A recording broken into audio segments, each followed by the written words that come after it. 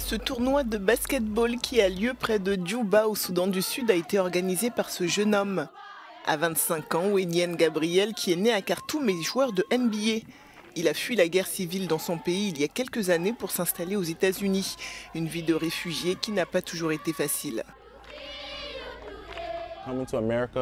Venir en Amérique au début en tant que réfugié, j'avais l'impression d'être condamné, comme si c'était une sentence.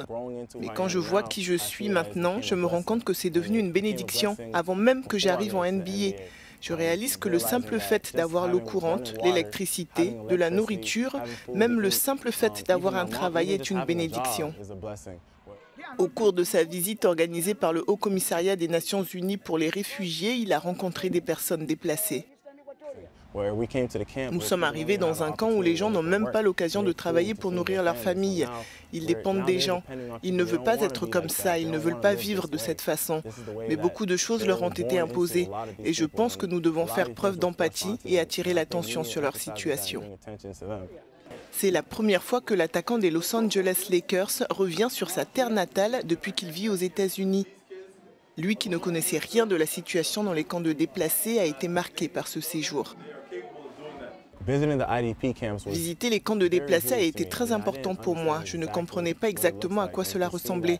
Et de voir que c'est l'une des plus grandes crises en Afrique et que c'est l'une des plus sous-financées, ça me brise le cœur.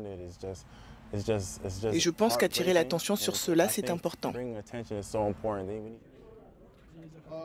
Ce tournoi de basketball était sa façon d'encourager les jeunes du pays à trouver dans le sport une échappatoire à leur situation qui semble parfois sans espoir.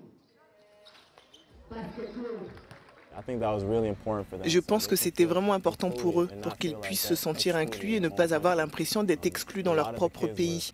Beaucoup d'enfants étaient tellement joyeux et disciplinés. Ils travaillaient dur et ils ne se plaignaient jamais. Et je veux leur apporter des opportunités. Le jeune basketteur qui vit aujourd'hui son rêve américain après une période difficile souhaite à sa façon offrir désormais aux jeunes sud-soudanais l'espoir d'une vie meilleure.